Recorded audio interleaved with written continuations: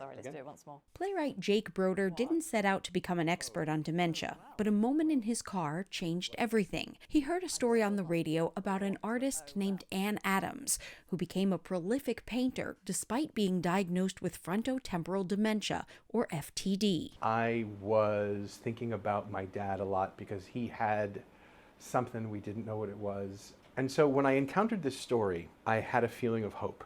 It was the aha moment that made him realize he needed to write Adam's story as a play to give that hope to others. To help raise awareness and reduce stigma. In the play UnRavelled, which is having its world premiere at the Wallace Annenberg Center for the Performing Arts, Lucy Davenport plays Adams, a brilliant biologist turned painter. At age 53, Adams became fixated on a particular piece of music, Ravel's Bolero.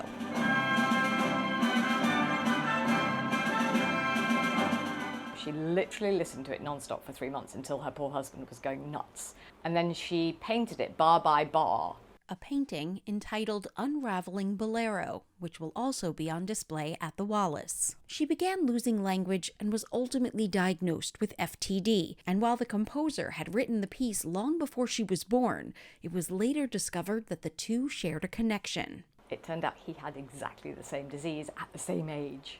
So they'd somehow found each other across centuries and time and continents. This is the Language and Motor Function Station. Betsy Hall is the founding executive director of the nonprofit For Their Thoughts Foundation, which she started after both her mother and grandmother were diagnosed with FTD a month apart. We didn't know where to go for resources, what to expect. The production of UnRavelled is being presented in conjunction with a brain health festival that will include panel discussions, resources, and these tactile tools that will give people what Betsy calls an inside-out perspective on the mental and physical effects of the disease, from the loss of fine motor skills to the gradual loss of language. Some things, to understand it, you really have to feel it.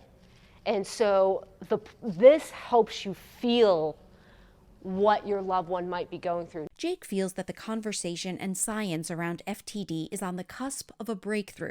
It's the same disease that actor Bruce Willis has been diagnosed with, and he applauds Emma Hemming Willis for her advocacy, which is helping change perception. When someone has a diagnosis, it doesn't mean all the value in their life has gone. When someone has a diagnosis, there is still incredible resilience and beauty and value.